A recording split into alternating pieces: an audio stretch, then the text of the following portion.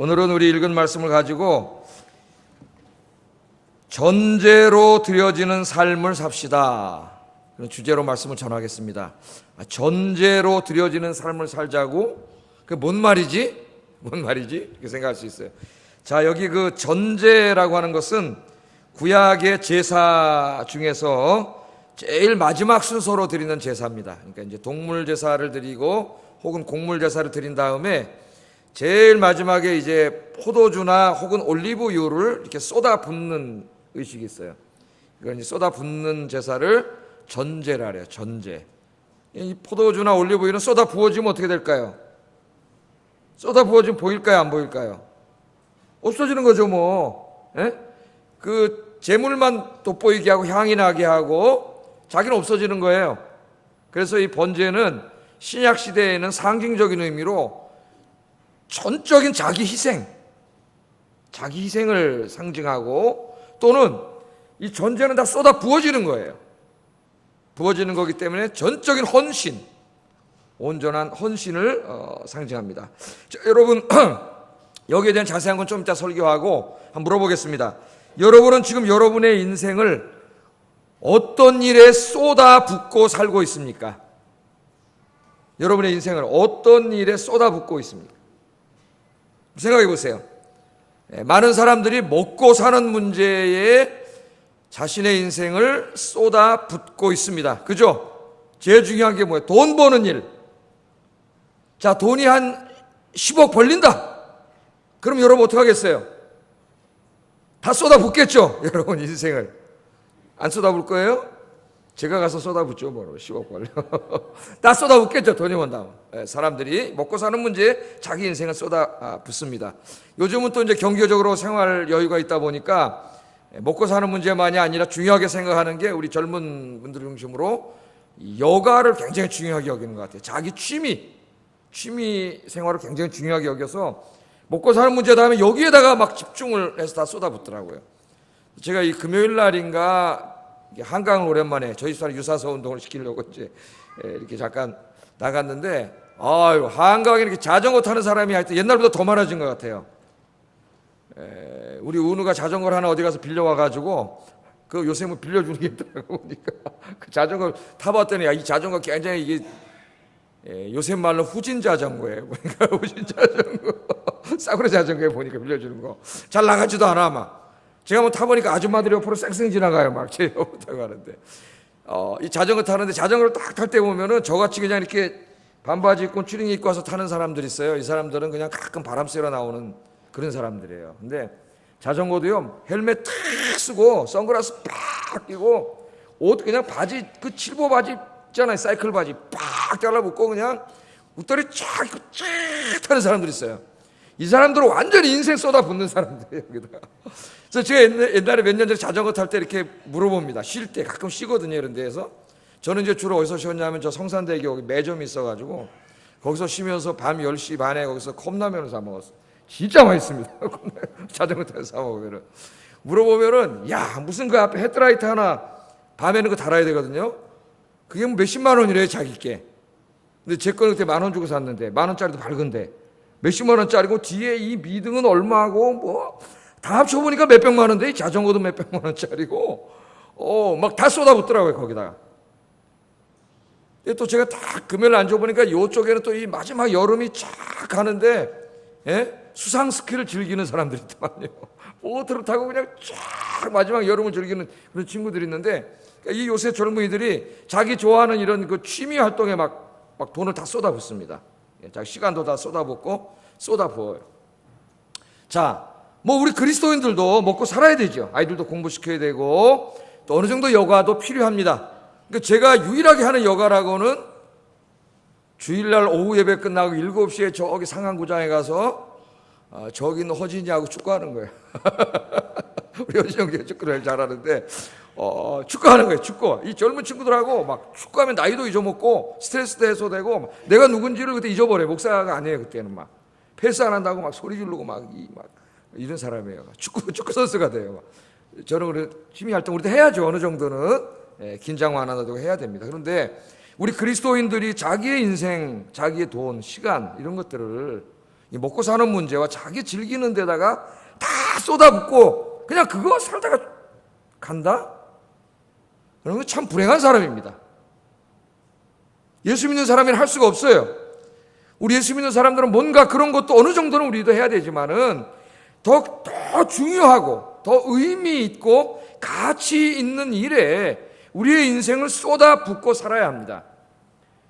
얼마 전에 올림픽이 끝났는데 이 골프가 100 몇 년 만에 이 올림픽 종목이 됐어요. 골프가 100 뭐 10 몇 년 만인가 됐대요. 하여튼 올림픽 종목이 아니었는데 그래서 출전을 했는데 여러분이 잘 알다시피 우리나라 박인비라고 하는 이 여자 선수가 금메달을 땄잖아요. 박인비 선수는 지금 이제 조금 옛날 챔피언인데 현역에서 조금 나이가 많아지고 있고 요새는 리디아 고라고 걔도 우리나라예요. 근데 국적은 뉴질랜드예요. 뉴질랜드 살아가지고 걔가 지금 1등이에요. 근데 이제 이 친구가 이때까지 골프는 프로 선수다 보니까 자기를 위한 골프를 친 거죠. 자기 자신을. 우승하면 뭐 상금이 2, 30억짜리도 있습니다. 돈 몇십억 들어와요. 우승하면 얘 우승을 엄청 많이 했어요. 이 박인비 선수가. 예? 그러니까 이 나가는 프로 골프 대회는 돈 엄청 버는 골프 대회예요. 자기를 위해서. 이제까지 자기가 박인비를 위해서 골프를 했는데 어느 날 올림픽에 이게 돼가지고 국가대표 선수를 뽑힌 거야. 예? 국가대표로. 근데 그때 자기는 손가락 부상을 당해가지고 나갈 수가 없어요. 이 골프를 치는데 이 손가락 부상 당하면 어떻게 합니까? 골프를. 그런데 국가대표로 뽑힌 거예요. 그래서 이 아픈 손가락을 주사를 맞으면서 이렇게 나와가지고 옆에 있는 선수들이 하는 말이 이 박인비 선수는 연습을 열심히 하는 선수가 아니래요. 천재적인 재질이 있어서 잘하지. 그렇게 열심히 연습을 한 걸 못 봤대. 예? 밤에도 옥상에 올라가가지고 남편하고 이미지 트레이닝 하면서 우리 축구도 이미지 트레이닝해. 동네 축구도. 아, 그때 내가 왜 뺏겼지? 저도 그러다가 아, 그때 요렇게 빼야지. 그래서 오늘 제가 또 개발해 놓은 게 하나 있어요.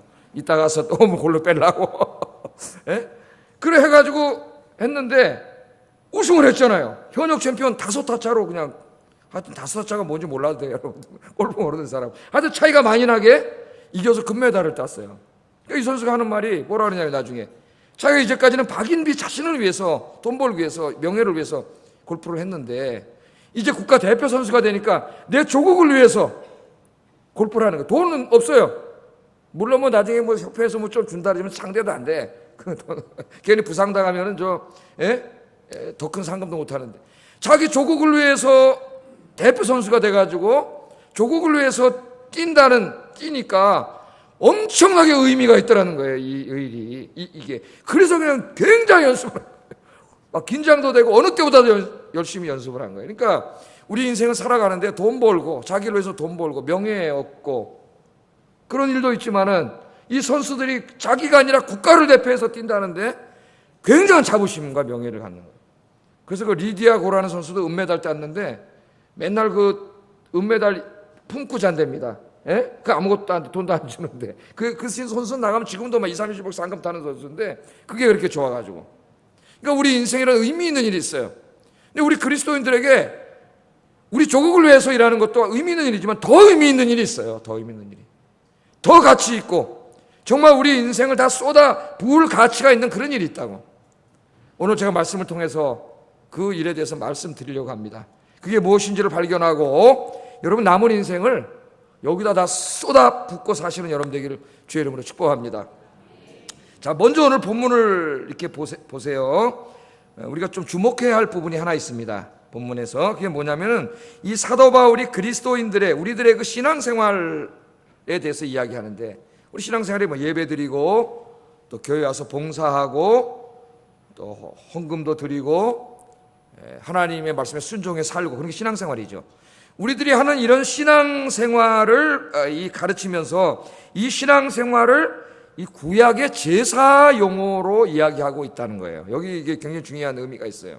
구약의 제사 용어. 뭐라 그랬습니까? 만일 너희 믿음의 제물과 섬김 위에 그렇게 말합니다. 믿음의 여기 제물과 섬김. 제물과 섬김은 구약의 경건한 사람들이 하나님 성전에 가서 하나님 앞에 이 제물을 드리고 그 예배를 드리는 행위를 다 일컬어서 제물과 섬김이라 그래요. 제물과 섬김. 그러니까 제물 따로 섬김 따로가 아니라 이 하나의 행위예요. 하나의 행위 이걸 드립니다. 근데 신약 시대에는 예수님께서 십자가에서 구약 제사를 다 완성하셨기 때문에 여러분 오늘 제물 드리세요? 소 좀 가져오셨습니까? 양 좀 가져오셨어요 오늘? 구약시대 같으면 가져오셔야 돼요. 비둘기를 가져오든지 가난하면은 아니면 곡물을 가져오든지 가져와서 제사를 지내야 돼요. 근데 그런 거 우리 안 드리잖아요. 우리 예수님께서 우리 대신 제물이 되셔가지고 우리의 죄를 다 사하신 줄로 믿습니다. 더 이상 제물을 드리지 않아요. 그래서 신약 성경에서 이 용어가 여러 번 사용되는데, 특별히 바울 서신에서 여러 번 사용되는데, 그때는 상징적인 의미입니다. 상징적인 의미로 그리스도인들이 교회 생활은 예배와 섬김과 순종의 삶을 의미해요. 이 말씀이. 자, 예를 들면은 신약 성경에서 이 단어들은 이 헌금으로 쓰일 때가 있습니다. 헌금. 고린도후서 9장 12절이나 빌립보서 4장 18절에는 이 섬김과 제물, 헌금을 하나님께 드리는 제물이라고 하고 헌금을 내는 것을 섬김이라고 했어요. 섬김. 가난한 사람들을 위해 헌금을 냈기 때문에 섬김이라는 말로 표현합니다. 또 이 빌립보서 우리 이제 좀 읽어가다 보면 2장 30절에 보면은 교회에서 맡겨진 일들, 이 일들을 또 여기 섬김이라고 했어요. 또 로마서 12장 1절에 보면은 믿음으로 우리가 순종하는 삶을 하나님께 제물을 드리는 것이라고 이야기합니다. 제물. 히브리서 13장 5절에 보면은 우리가 여러분 찬송을 불렀잖아요. 우리 성가대가 찬송을 드리고, 이 찬송을 뭐라 그러냐면 찬송의 제물을 드린다 그래요. 찬송의 제사. 찬송의 제사를 드린다. 그러니까 신약에서는 구약의 이 제물과 제사 행위를 이러한 상징적인 의미로 사용을 했습니다. 근데 우리가 여기서 주목해야 될 것은 사도 바울이 빌립보 교인들의 이런 믿음으로 드리는 헌금과 봉사와 순종과 예배를 왜 제사 용어로 얘기했냐, 왜 구약에 제사 용어로 얘기했느냐, 여기 중요한 의미가 있어요. 의도적입니다. 의도적으로. 우리가 드리는 예배와 찬송과 헌금과 봉사와 섬김, 순종, 이런 것들이 구약의 제사, 하나님께 제물을 드림과 같다는 거예요. 제물. 왜 그랬을까요, 여러분? 한번 생각을 해보세요. 구약시대에 하나님께 제물을 드릴 때 하나님께 드리는 제물은 어떤 것을 드립니까? 아무거나 막 드립니까? 성의 없이 막 드리나요? 아니에요. 어떤 걸 드려요? 가장 깨끗하고 순결하고 온전한 것, 온전한 기먹고 약하고 병들고 이런 걸 드리는 게 아니라 가장 온전한 것 드리는 거예요. 온전한 것. 그리고 최상의 것을 드리는 거예요. 최상의 것이란 가장 비싼 것이 아니라 내가 할 수 있는 한에서 최선을 다한 것입니다. 여러분, 하나님 앞에 최상은 무슨 비싼 게 아니에요. 내가 가난할 수도 있잖아요. 내가 가난하지만 내가 할 수 있는 한에서 최선을 다한 게 하나님 앞에 최상의 것이에요. 최상의 것. 그래서 하나님은 과부의 2렙돈을 칭찬하셨죠. 우리 예수님께서. 부자가 막 이만큼 헌금 내는 거 칭찬한 게 아니라 과부가 1,000원 내는 거 칭찬하셨어요. 왜? 자기가 가진 것 중에서 최선을 다해서 하나님 앞에 드렸기 때문에 우리 예수님께서 칭찬해 주셨어요. 자, 이런 것들이에요. 그러니까 하나님께 드리는 제물이 온전한 것이어야 하고 최상의 것, 최선을 다한 것이어야 하듯이 여러분이 하나님 앞에 드리는 예배와 찬송과 봉사와 섬김과 이 순종이 바로 온전한 것이어야 하고 최상의 것이 돼야 된다. 그것을 가르치기 위해서 오늘 제물의 용어로 이야기합니다.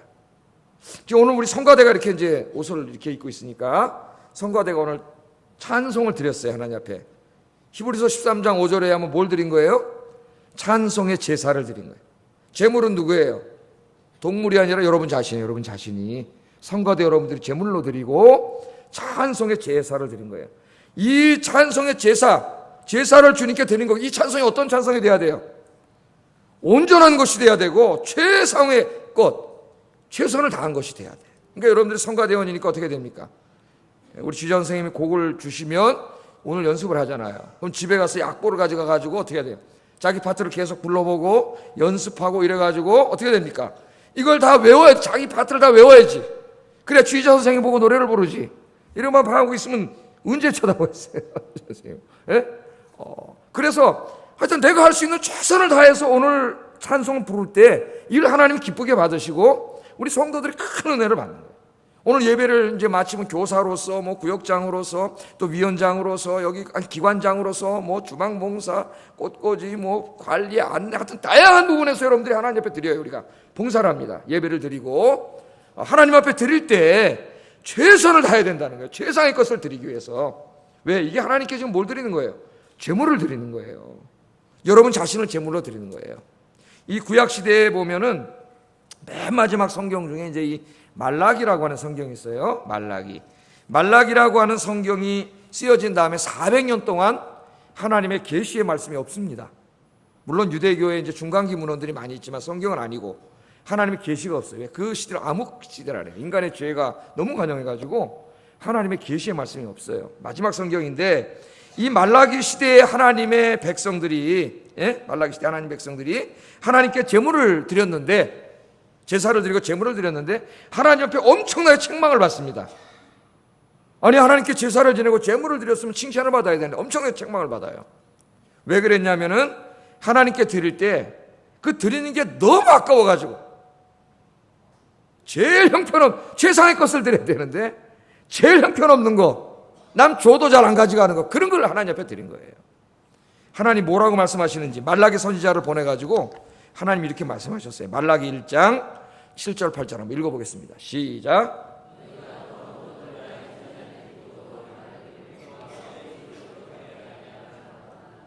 이는 너희가 여호와의 식탁은 경멸히 여긴 것이라 말하기 때문이라. 만군의 여호와가 이르노라. 너희가 눈먼 희생제물을 바치는 것이 어찌 악하지 아니하며 저는 것 병든 것을 드리는 것이 어찌 악하지 아니하냐. 이제 그것을 너희 총독에게 드려보라. 그가 너를 기뻐하겠으며 너를 받아주겠느냐. 하나님 그렇게 말씀하세요. 그러니까 이렇게 떡으로 이렇게 드릴 때에도 제일 먼저 아주 제일 그 첫 번째 것을 하나님 앞에 드려야 되는데 다 먹다 찌꺼기 남은 거, 이게 아까 이거, 그거 갖다 그냥 성의 없게 하나님 앞에 드렸다는 거예요. 동물 제사를 지낼 때도 예를 들면 하나님 앞에 드리는데 11조를 드리면은 제가 구약 성경 가르칠 때 이야기했죠. 이렇게 이제 작대기를 이렇게 놓고 이제 여기 지나가는 거예요. 양의 11조를 드린다. 양이 지나가는 거예요. 한 마리, 두 마리, 세 마리, 네 마리, 다섯 마리, 여섯 마리, 일곱 마리, 여덟 마리, 아홉 마리, 열 마리째, 열 번째 지나가는 건 하나님 거예요. 11조를 드리는 거예요. 그럼 믿음이 있는 사람은 어떻게 할까요? 믿음이 있는 사람은 미리 살찐 거, 기름진 거, 제일 좋은 거를 이렇게 이쪽으로 빼놨다가 열 번째 지나갈 때 탁 쳐가지고 하나님께 드리는 게 어느 게 드려요? 제일 살찌고 기름지고 좋은 것 드린단 말이에요. 근데 이 말라기 시대 사람들은 믿음이 없다 보니까 아까워. 여러분 아깝잖아요. 하나님께 드릴 때 아깝죠? 안 아까울 줄로 믿습니다. 난 놀러 다니고 내가 옷 사고 돈 쓰는 건 다 안 아깝지만 하나님께 드리려면 왜 이렇게 아까운지. 아까우니까 이 사람들이 어떻게 해요? 한 마리, 두 마리, 세 마리, 네 마리, 다섯 마리, 아홉 마리, 열 번째 지나갈 때 이쪽에다가 병든 거, 절름발이, 이게 못 쓰는 거, 이런 거 갖다가 툭 쳐갖고 열 번째, 하나님, 요게 하나님 겁니다. 그리고 하나님께 드렸다는 거예요. 열 번째 거. 그런 식으로 하나님께 드렸어요. 다른 헌금을 드릴 때도, 감사 헌금을 드릴 때 너무나 아까워가지고 남 줘도 안 가져가는 거, 이런 걸 다 드렸다는 거예요. 하나님 앞에 갖다가. 그 오늘 하나님이 뭐라 그러세요? 너희가 더러운 떡을 나의 제단에 드려서 내 제단을 더럽혔다고 하나님께서 그렇게 이야기를 합니다. 또 뭐라 그러세요?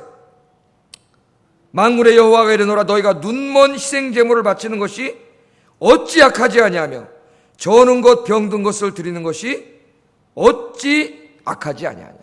매우 악한 행동이라는 거예요. 하나님 앞에 드리는 그런 것들을 아무 성의 없이 그렇게 가치 없고 자기도 잘 쓰지도 않는 거, 이런 거 갖다 드리는 것이 하나님을 경멸하는 거라는 거예요. 하나님을 경멸하는 거라는 거예요. 그런 행위가 어찌 악하지 아니하냐. 하나님께서 그렇게 말씀하시면서 그 다음에 의미 있는 말씀을 합니다. 이것들을 너희 총독에게 드려봐라. 그렇게 얘기를 해요. 자, 이 사람들이요, 자기들 총독에게 드릴 때는 어떤 것 드렸을까요? 총독에게 잘 보여야 되잖아요. 잘 보여야 되니까 총독에게 갖다 바치는 거는 제일 기름지고 살찌고 잘 보이려고, 권력자에게 잘 보여야 편안하게 살지 않았습니까? 그러니까 이런 걸 딱 놨다가 총독에게 드릴 때는 그걸 갖다 주는 거예요. 근데 하나님께 드릴 때는 아까워가지고 제일 못난 것 갖다 드리는 거예요. 하나님 그 말씀하시는 거예요. 지금 네 총독에게, 나에게 갖고 온 것을 네 총독에게 갖다 바쳐봐라. 그 총독이 받겠느냐? 하나님 그렇게 말하는 거예요. 총독이 어떻게 할까요? 혼쭐이 나서 쫓겨나겠지. 이놈이 나를 무시해? 그럼 아마 시도건을 치고 쫓겨날 거예요. 우리 하나님이 그렇게 말씀을 하십니다. 여러분, 지금 우리가 예배를 드리고 있어요. 예배를. 하나님께 구약의 용어로 말하면 뭘 드리는 거예요? 제사를 드리고 있어요. 제사를. 여러분 자신이 뭐예요? 이제는 여러분 자신이 사한 제물로 예배를 드리고 있는 거예요. 거룩하신 주님께 어떤 예배를 드려야 돼요? 온전한 예배, 최선을 다하는 예배, 정성껏 드리는 예배를 드려야 돼요. 그래야 하나님 기쁘게 받으세요. 그래서 예배 시간에 지각하지 마세요. 이제 다음 주부터는. 여러분 거룩하신 하나님 앞에 예배 드리러 오는데 지각하지 마세요. 최소한도 5분이라도 일찍 오셔서 기도하면서 예배를 준비해서 하나님 기뻐하시는 예배를 드리시기를 주의 이름으로 축복합니다. 옛날에 우리 어머니 시대에는 헌금을 드릴 때도 대리미로 데려서 냈어요. 대리미로. 예? 왜 데렸을까요? 하나님께 드리는데 최선을 다하시는 거지. 제가 어렸을 때 보면 저거 뭐하러 데려? 똑같은데. 그러나 물론 똑같지만은 하나님이 뭘 기뻐하실까요? 우리 어머니들의 정성을 기뻐하는 거지. 마음을. 예? 그거 뭐 데렸다고 변하겠어요? 액면가가 높아지겠어요? 근데 하나님께 드리는데 그 어머니들의 그 하나님을 사랑하는 그 최선을 다하는 그 마음을 하나님 기뻐하는 거죠. 요새 우리 젊은이들 그런 마음을 우리가 잃어버렸어요. 여러분 주님 앞에 이제 봉사하는 것들을 해도 하나님께 드리는 제물이라고 생각하시고 최선을 다해서 대충 하면 안 돼요. 주님 맡겨준 일 최선 다해서 드릴 수 있기를 주의 이름으로 축복합니다. 예. 자, 바울이 이처럼 빌립보 교인들에게 하나님을 예배하고 섬기는 모든 행위는 하나님께 드리는 제사요, 우리 자신은 제물임을 기억하면서 최선을 다할 것을 이야기합니다. 그리고 자기는 빠지는 게 아니라 자기 자신도 그렇게 하겠다고 각오를 다짐해요. 17절 중반절에 보면은 이렇죠. 너희 믿음의 제물과 봉사 위에 그 다음 뭘 드리겠다? 나를 전제로 드리겠다. 그래, 나를 전제로 드리겠다. 아까 전제가 뭔지 말씀드렸죠. 자, 빌립보 교인들의 그 예배와 찬송과 헌금과 그 봉사는 지금 제물이야, 제물.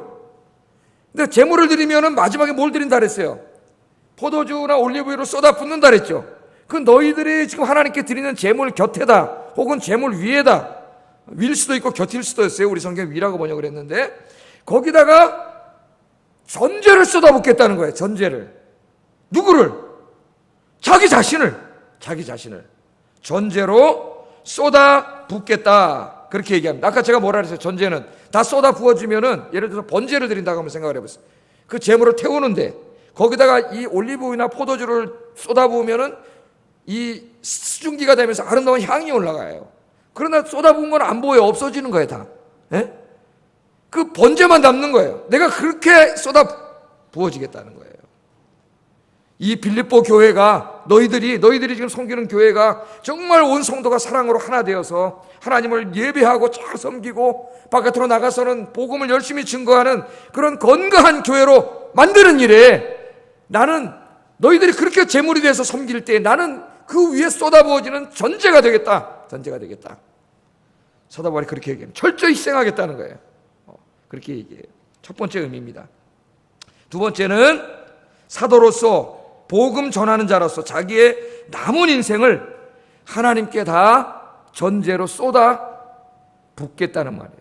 내가 전제로 다 쏟아 붓겠다. 바울은 우리가 이미 공부한 빌립보서 2장 5절 11절에서 십자가에서 죽기까지 자신의 사명을 감당하신 예수님을 신앙의 모델로 제시했습니다. 우리가 따라야 될 모델, 십자가에서 죽으신 예수님이에요. 겸손과 자기희생과 죽기까지 순종하고 사명을 감당하신 그 예수님의 삶이 우리 모두가 따라야 될 우리의 example이라는 거예요. 모델, 모범이라는 모범. 그러므로 사도 바울이 나를 전제로 드리겠다는 각오에는 순교하겠다는 의미가 포함되어 있어요. 여러분, 포도주는 무슨 색이에요? 붉은색이죠. 의미가 있습니다. 상징적 의미가. 포도주를 쏟아부어 자기의 피를 쏟아붓겠다는 거예요. 피를 쏟아붓겠다는 게 뭐예요? 자기의 생명을 드리겠다는 거예요. 자기의 목숨을 쏟아붓겠다. 그렇게 이야기합니다. 사도 바울은 오늘 이런 각오를 다짐한 이후에 말로만 큰 소리 친 게 아니라 정말 주님 앞에 자기의 몸을 순교자로 드릴 때까지 드렸어요. 평생을 그렇게 살았습니다. 주님 기뻐하시는 일에 다 쏟아부었어요. 자기의 건강과 시간과 하나님 주신 돈과 재능과 지식을 다 쏟아부었어요. 우리 골로새서 1장 29절 한번 읽어보겠습니다. 시작.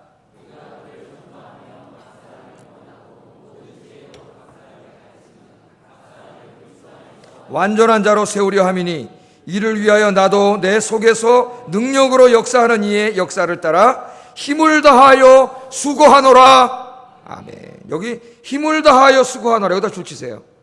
힘을 다하여 수고하노라. 여러분 무슨 일을 해도 힘을 다하여 수고하시기 바랍니다. 여러분 내일부터 세상에 나가서 직장일, 또 여러분 뭐 사업, 여러분 또 뭐 이런 공부하는 일, 모든 일에 힘을 다하여 수고하세요. 하나님 기뻐하세요. 하나님 복을 주세요. 여러분 여기 보면 사도 바울이 뭐라 하냐면은 하나님께서 맡겨주신 일들, 즉 복음을 전파하고 사람들을 권면하고 하나님의 말씀을 가르치는 등 하나님께서 맡겨주신 일을 감당하는데 어떻게 했다고요? 힘을 다하여 수고했다고 이야기합니다. 힘을 다했다는 말은 완전히 진액을 다 쏟아 부었다는 거예요. 남김없이 조금의 힘도 남지 않고 다 쏟아 부었다. 그래서 영어로는 뭐라 이거 저스티드 됐다는 말이 이거 저스티드 완전히 다 그냥 쏟아 부었다는 거예요.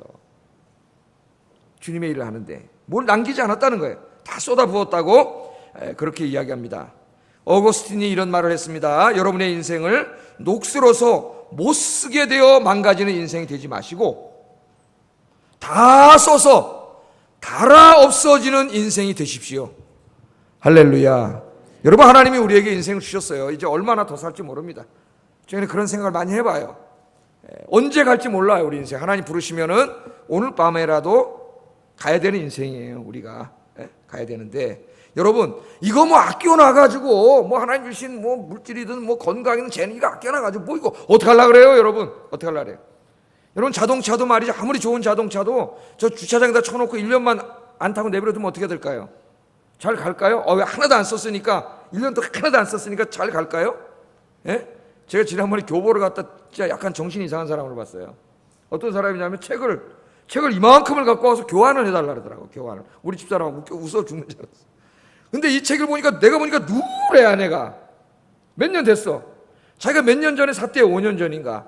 근데 나 한 번도 안 봤대요. 이거 한 번도 안 봤으니까 돈으로 바꿔달라는 거예요. 그 직원이 아니 선생님 한 번도 안 봤어. 내가 다 누래져서 이걸 어떻게 바꿉니까? 뭐 화를 내더니 왜 안 바꿔주냐 하더니 한 번도 안 봤다는 거예요. 예? 여러분 한 번도 안 본다고 책이 가만히 있나요? 다 낚죠. 그 읽어가지고 줄을 치고 막 날궜으면 그 지식이 다 머릿속에 들어왔겠지. 자동차도 저도 집만 왔다 갔다 하니까 차가 잘 안 나가요. 어느 날 고속도로 가면 차가 잘 안 나가. 한 30분 달리면 쫙 나가요. 여러분 우리 인생도 마찬가지예요. 이거 아껴놓는다고 여러분 이게 무슨 더 좋아지고 건강해지고 그런 거 아니에요.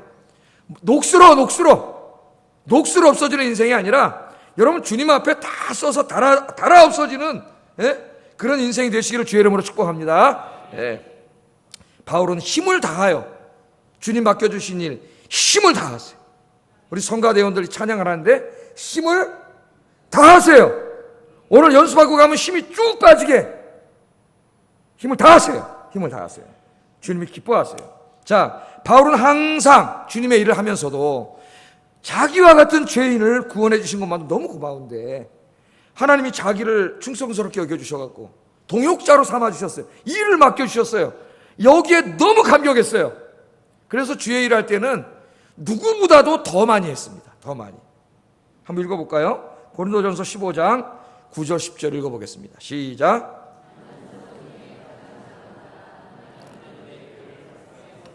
사도라 칭함받기를 감당하지 못할 자니라.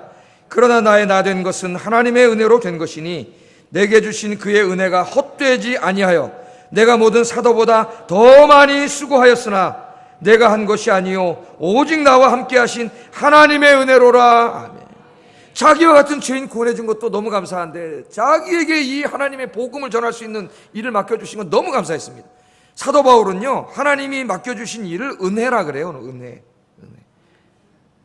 우리들은 보통 보면 하나님이 돈을 많이 벌게 해주시면 이야 주님이 은혜를 주셨어. 돈 버는 것만 은혜입니까 여러분? 정말 은혜는 하나님이 여러분이 인정해 주시는 거예요. 일을 맡겨주시는 거예요. 일을 하나님의 일하는 거예요. 여러분 전도하고 복음 전하는 게 진짜 은혜예요. 너무나 감사해가지고 어떻게 했다고요? 다른 사도보다 더 많이.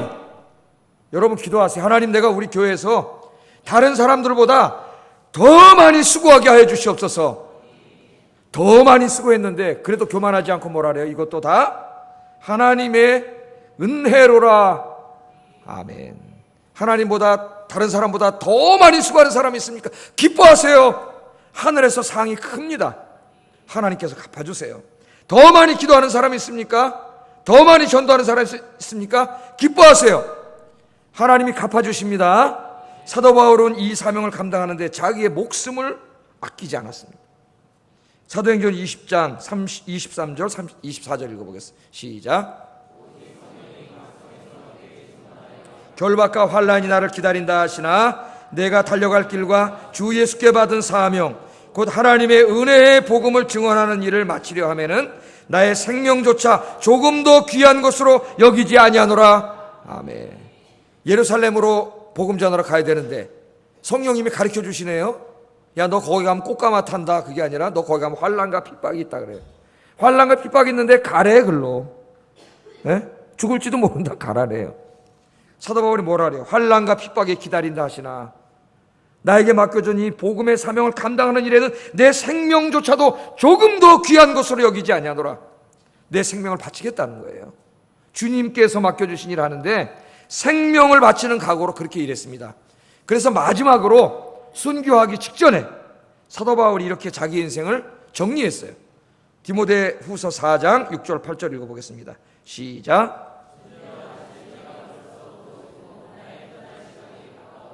나는 선한 싸움을 싸우고 나의 달려갈 길을 마치고 믿음을 지켰으니 이제 후로는 나를 위하여 의의 면류관이 예비되었으므로 주 곧 의로우신 재판장이 그날에 내게 주실 것이며 내게만 아니라 주의 나타나심을 사모하는 모든 자에게도니라. 아멘. 이제 이 가을을 맞이하고 겨울을 이제 맞이하려고 하고 있습니다. 두 번째 로마 감옥에 투옥되었을 때 자기가 알아요. 이제는 석방되지 못하고 여기서 죽는다는 걸 알고 있습니다. 자기 인생을 되돌아보는 거예요. 전제와 같이 내가 벌써 부어지고 약속한 대로 어떻게 했다고요? 빌립보서 약속한 대로 자기의 모든 것들을 주님을 위해서 다 쏟아 부었다. 그 말에 부었다. 그리고 이제 나 조금 있으면 죽는다. 하나님 앞에 간다. 그리고 뭐라는 거예요? 뭘 바라보고 있어요? 이제 주님께서 나에게 주실 그냥 의의 면류관이 있다. 나에게만 아니라 자신을 주님을 위해 다 쏟아 부은 사람에게 주실 면류관이다. 할렐루야. 사도 바울이 그렇게 이야기합니다. 여러분 오늘 주님이 밤에 오시라 그러면 뭐 그러지 않으시겠지만은 여러분 내가 주님 앞에 가기 전에 그게 언제일지 모르지만 이렇게 말할 수 있도록 살자고요. 오늘 밤이라면 하나님 내가 부족했지만 주님이 나에게 주신 것들이 많았는데 이것들을 정말 주님을 위해 다 쏟아 부었습니다. 내가 오늘 주님 앞에 갑니다. 할렐루야. 내 영혼 받아주소서.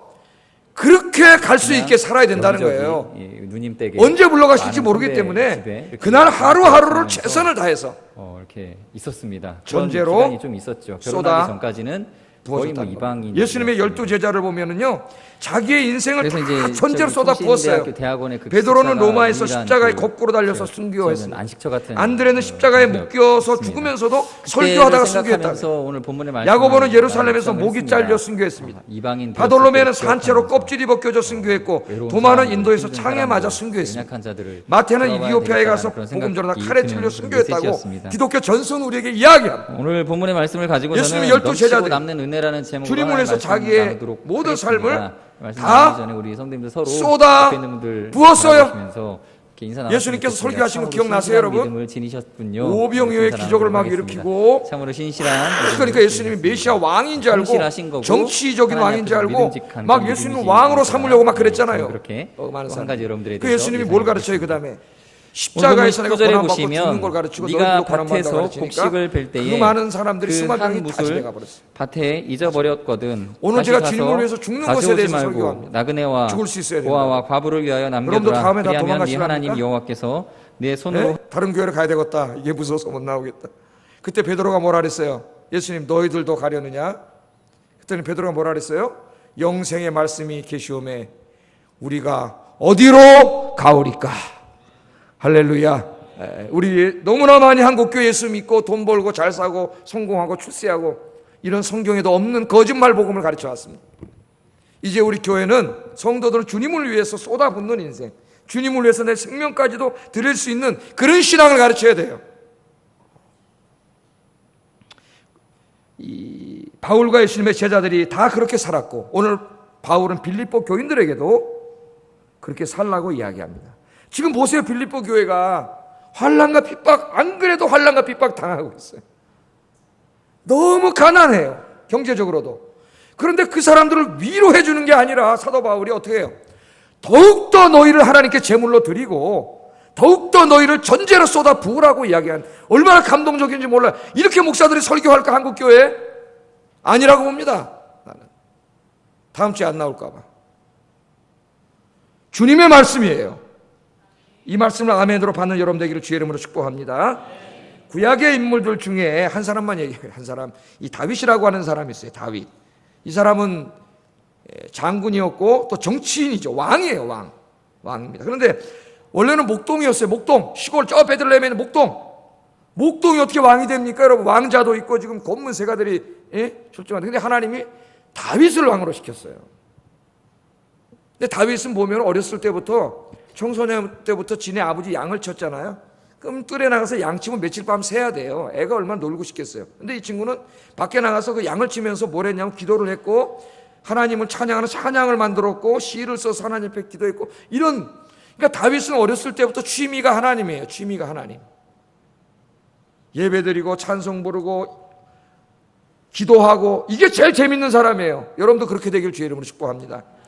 그래 하나님께서 다윗을 왕으로 뽑지 않습니까? 다윗이 평생을 하나님 위해 살았는데, 이 골리앗이 나타나가지고 막 적장에 하나님을 비방하고 막 욕하고 조롱하니까 그 어린 다윗이 이 하나님을 조롱하는 자를 참지 못하고 목숨을 걸고 나가서 골리앗과 싸워서 골리앗을 이겼죠. 다윗이. 나중에 왕이 되었을 때 어땠습니까? 왕이 되어서 왕으로서 해야 될 일이 얼마나 많아요. 여러분이 조그만 교회도 생각하면 머리가 지끈지끈 아픈데, 이 나라를 다스리는 왕이 해야 될 일이 얼마나 많습니까? 생각해야 될 게. 그런데 다윗은 제일 먼저 자기 성으로 하나님의 법궤를 모셔와요. 법궤를. 왜? 예배 드리는 나라를 만들기를 원했어요. 하나님이 복 주시는 나라는 예배 드리는 나라야. 하나님을 중심에 모신 나라를 하나님 복을 주시는 걸 알았어요. 법궤를 모셔오고 4,000명의 성가대를 만듭니다. 악기를 다루는 4,000명의 성가대를 만들어서 365일 아침 저녁으로 하나님을 찬양하게 했어요. 예배 드리고 찬양하게 했어요. 여러분, 그래서 다윗이 복받은 거예요. 하나님께 다 드렸습니다. 자기가 왕으로도 이 자기의 나라를 하나님이 기뻐하시는 하나님 나라로 만들고, 자기의 백성들을 하나님 기뻐하시는 백성으로 만들기 위해 최선을 다했어요, 다윗이. 그리고 맨 마지막에 죽기 전에 하나님이 주신 것들을 다 하나님께 드리고 죽습니다. 다윗이 마음에 항상 미안한 게 있어요. 하나님 죄송스러운 게 있는 게 뭐냐면은 뭐예요? 자기는 이 엄청난 궁궐에서 살고 상하 침대에서 잠을 자는데, 하나님은 어디 계셔? 저 천막에 계셔. 천막. 그때 성전이 없었거든. 텐트 치고 거기 하나님이 계세요. 이게 양심의 가책이 됐어요, 다윗이. 그래서 자기가 이 하나님의 집을 지어드리고 싶었어요. 다시 한번 세사. 그래서 그걸 지어드리고 싶었는데 나단에게 말했어요. 나단에 가서 기도했더니 하나님 안 된다 그러네. 너는 전쟁에 나가서 피를 많이 흘렸기 때문에 못 진다는 거예요. 여러분, 하나님은 공의의 하나님입니다. 다윗을 제일 사랑했지만 전쟁에 나가서 피를 많이 흘렸기 때문에 성전 지을 기회를 안 줬어요. 네 아들이 짓도록 하겠다 그랬어요. 아들이. 그 다윗은 너무나 감사했습니다. 그것도. 그래서 그 다음부터는 하나님이 자기에게 평생 동안 준 것을 전부 다 하나님 성전 짓는 데 드리고 죽습니다. 그걸 드리면서 감사한 내용이 이 역대상 29장 13절, 14절, 16절에 같이 한번 읽어보겠습니다. 뭐라고 얘기했는지. 시작.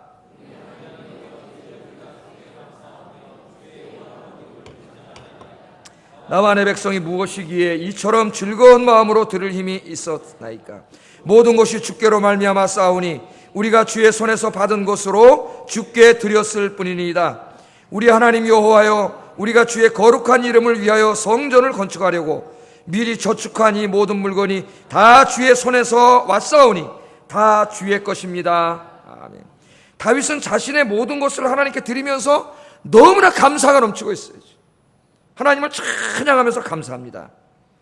특히 자신이 이걸 드릴 때 아까운 마음이나 억지의 마음으로 드리지 않고 즐거운 마음으로 드릴 수 있어서 너무나 감사합니다. 지금 그러잖아요. 너무나 감사합니다. 그러면서 이 이야기 하잖아요. 다윗은요, 자기가 소유하고 있는 것을 한 번도 자기의 거라고 생각한 적이 없습니다. 뭐라 그래요, 오늘? 주께서 받은 것을, 주님께서 주신 것을 도로 주님께 돌려드렸을 뿐입니다. 다윗은 자기 가진 걸 자기 거라 생각하지 않았어요. 누가 주신 거예요, 다? 하나님 주신 거예요. 여러분 건강 누가 주셨어요? 하나님 주셨어요. 여러분 가진 거 다 누가 주셨어요? 여기 몇 분만 하나님 주셨네. 누가 주셨어요? 정말로 그렇습니까? 다 하나님 주셨어요. 내면서 하나님 주신 것 내가 하나님께 돌려드렸을 뿐입니다. 그러면서 오늘 감사하고 있습니다. 하나님께 마지막 다 드렸어요. 빈손으로 왔다가 빈손으로 가는 인생입니다. 여러분, 빈손으로 왔다 하나님께 다 드리고 빈손으로 가면 하나님이 천국에서 엄청난 면류관으로 영광으로 씌워주시지만, 그걸 뭔가 움켜 잡으려고 이러다가 가면은 여러분 아무것도 없는 거예요. 움켜 잡을 수나 있어요? 가져갈 수 있어요? 옛날에 미련한 사람들이 갈 때 노잣돈 드린다고 뭐 돈을 갖다 주면 그러면 누가 가져가요? 무덤 하는 사람들이 다 가져가지. 땅 파는 사람들이 다 가져가잖아. 주님께 다 드리고 빈손으로 가시면은, 빈손으로 왔다 빈손으로 가면은 하나님 나라에서 뭐 이 땅의 의미의 부자는 아니지만 영적으로 부유하게 될 줄로 믿습니다. 다 하나님께 드리고 가서. 그래서 훗날 누가는 다윗의 인생을 이렇게 평가합니다. 사도행전 13장 36절 읽어보겠습니다. 시작. 오늘 이 본문의 말씀을 가지고 죄로 가는 징검다리라는 제목으로 같이 말씀을 나누도록 하겠습니다. 썩임을 당하였으되. 아멘. 그 다음에는 부활했다는 얘기가 나와요. 부활에 대한 가르침이 나오는데, 잘 보세요. 다윗은 자기가 살던 시대, 당대에, 그러니까 다윗은 자기가 태어난 시대를 살았죠. 우리는 지금 우리가 태어난 시대를 똑같이 살고 있어요. 다윗은 당시에 자기가 태어난 시대에 어떻게 했다고요? 하나님의 뜻을 따라 섬겼다. 그러니까 여러분도 어떻게 돼요? 지금 여러분의 시대에 여러분 인생을 향하신 하나님의 뜻을 따라 섬기셔야 돼요. 그렇게 섬기다가 잠들어 죽었다는 거예요. 2절 말씀에는 실족이라는 그 단어가 조상들과 나옵니다. 함께 묻혔다. 그렇게 이야기합니다. 여러분, 이 짧은 말씀이지만 이보다 더 영광스러운 인생이 어디에 있겠습니까? 여러분, 묘비에다 이렇게 써달라 그랬어요. 묘비에다. 그런데 하나님이 나에게 허락하신 세상에 태어나서 하나님의 뜻을 따라 섬기다가 여기에 묻혔습니다. 차차 삐졌다, 뭐 마음 상심했다. 내가 먼저 죽으면 거기다 좀 써주시오. 우리 당신이 좀 거기다 하나 써주시오. 근데 쓸 수 있을 만큼 살아야 써주지. 그만큼 삶을 써주고 못 살았으면 쓰지 마시오. 그렇게 살아야지 앞으로 남은 인생을. 내 시대에, 이 시대에, 21세기에 살게 하신 하나님 이유가 있을 텐데, 하나님의 뜻에 따라 섬기다가 여러분 육신의 땅에 묻히고 하나님 앞에 가시기를 주의 이름으로 축복합니다. 축복합니다. 자, 바울은 이처럼 철저한 헌신과 자기 희생의 삶을 이야기하고 마지막으로 중요한 얘기를 요것만 하고 설교 마치겠습니다. 다시 한번 17절 18절을 읽어보겠어요.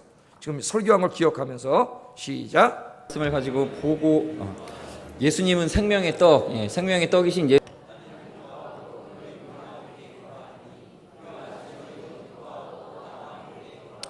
아멘. 자, 지금 바울이 뭐라 하느냐면 너희의 재물 위에 나 자신을 전제로 다 쏟아 부어져가지고 나는 그냥 없어지고 나는 다 쏟아 부어졌는데도 그럼 내 이름이 드러나고 영광이 드러나야 난 다 그냥 없어지겠다 그래요. 그 없어짐이 그렇게 전제로 쏟아 부어지는 짐이 뭐라고요? 어떻게 한다고요? 드릴지라도 나는 기쁘다 그래. 기쁘다. 여러분, 우리 교회에서 봉사를 하고 주회를 해도 자기 이름이 드러나야 기쁘지. 자기는 많이 했는데 그냥 다 이렇게 전제로 없어지고 다른 사람이 드러나면 별로 안 기쁘잖아요. 이걸 우리가 극복해야 돼. 전제로 다 쏟아 부어져도 나는 기쁘다는 거예요. 그러니까 빌립보 교인들이 그 다음 뭐라 그래? 너희들도 주님을 위해서 이 제물로 드리고 전제로 다 쏟아 부어지는 이 삶 속에서 기쁨을 찾으라는 거예요. 할렐루야. 세상을 즐기고 세상을 누리고 그런 데서 기쁨을 찾지 말고 주님을 위해 자신을 드리는 곳에서 기쁨을 찾으라고 이야기합니다. 여러분, 빌립보서에는 기쁨이라는 단어가 참 많이 나와요. 기쁨이라는 단어가. 이 WBC 주석을 쓴 이 게라르트 F. 헐슨에 따르면은 빌립보서의 기쁨이라는 단어나 혹은 같은 어근을 가진 단어가 총 16번 나온다래. 제가 연구한 건 아니기 때문에, 이 사람이 연구하기 때문에 16번 나온다는 16번. 생각해 보세요. 뭐가 이렇게 기쁠까요? 바울은 지금 감옥에서 재판을 기다리고 있습니다. 죽을 수도 있고 살 수도 있어요. 이게 사형이냐 아니냐 이 재판을 기다리고 있어요. 빌립보 교인들은 지금 가난합니다. 무지 가난해요. 돈도 없어요. 거기다 또 환난과 핍박을 받고 있어요. 뭐가 기쁠까요? 그런데 이 사람들에게 편지를 쓰는 사람이나 받는 사람 속에 기쁨이라는 단어가 제일 많이 나와요. 기쁨이. 여기서 우리가 중요한 걸 배워요. 성경에서 말하는 기쁨은 이 세상에 속한 기쁨이 아니에요. 이 땅의 것들이 줄 수 있는 기쁨이 아니에요. 돈이 줄 수 있는 기쁨이 아니에요. 여기에 기쁨은 하나님께 속한 기쁨입니다. 하나님만이 주실 수 있는 진정한 기쁨이에요. 진정한 기쁨. 예? 바울은 오늘 이 주님을 위해서 자신의 인생을 다 쏟아 부은 이 부음 자체가 너무나 기쁘다 그래요. 너무나 기쁘다. 제가 여러분에게 묻겠습니다. 여러분 언제 기쁩니까? 뭘 할 때 가장 즐겁습니까? 주님의 일을 하는 것이 여러분의 인생에서 가장 즐겁고 기쁜 일이 되기를 주의 이름으로 축복합니다. 돈 버는 것보다, 여러분의 취미 생활하는 것보다, 여가를 즐기는 것보다 주님께서 맡겨진 사명을 감당하는 일이, 하나님을 예배하는 일이 더 기쁘고 즐거운 일이 되기를 주의 이름으로 축복합니다. 주님을 위해 수고하고 땀을 흘리고 여러분의 가진 것을 모두 다 드리는 그 순간이 여러분 인생에서 가장 기쁘고 즐거운 시간이 되기를 주의 이름으로 축복합니다. 기도하겠습니다. 말씀을 생각하면서 기도하겠습니다. 주님을 예배하고 섬기는 모든 것들이 주님께서 받으실 수 있는 재물이 되기 위해 최선을 다하여 드리게 하여 주시옵소서. 첫 번째 기도 제목이에요.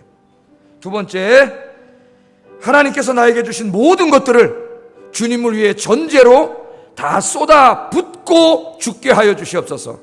두 번째 기도 제목이에요. 세 번째, 주님을 예배하고 섬기고 전도하는 것이 내 인생의 최고로 즐거운 일이요 기쁜 일이 되게 하소서. 기도하겠습니다. 사랑하시는 하나님, 감사합니다. 오늘 전제로 드려지는 삶이라는 주제로 하나님의 말씀을 증거했습니다. 우리가 하나님 앞에 드리는 예배와 헌금과 우리의 섬김과 순종이 하나님께서 기뻐 받으시기에 합당한 것이 그런 재물이 되기 위해 최선을 다하여 드리는 저희들이 되게 하여 주시옵소서. 하나님이 우리에게 주신 것들이 너무나 많습니다. 건강도 주셨고 재능도 주셨고 돈도 주셨고 시간도 주셨고 많은 것들을 주셨는데 이 모든 것들을 주님을 위하여 전제로 다 쏟아 붓고 죽는 인생이 되도록 하나님께서 인도해 주시옵소서. 주님의 전과 복음을 위하여, 주님을 위하여 내가 가진 모든 것들을 다 쏟아부어 수고하고 헌신하고 땀을 흘리는 그 시간, 주님을 찬송하고 예배하는 그 시간이 내 인생의 가장 보람된 시간이요, 가장 즐거운 시간이요, 가장 기쁜 시간이 되도록 주님께서 인도해 주시옵소서. 예수님 이름으로 기도드립니다. 아멘.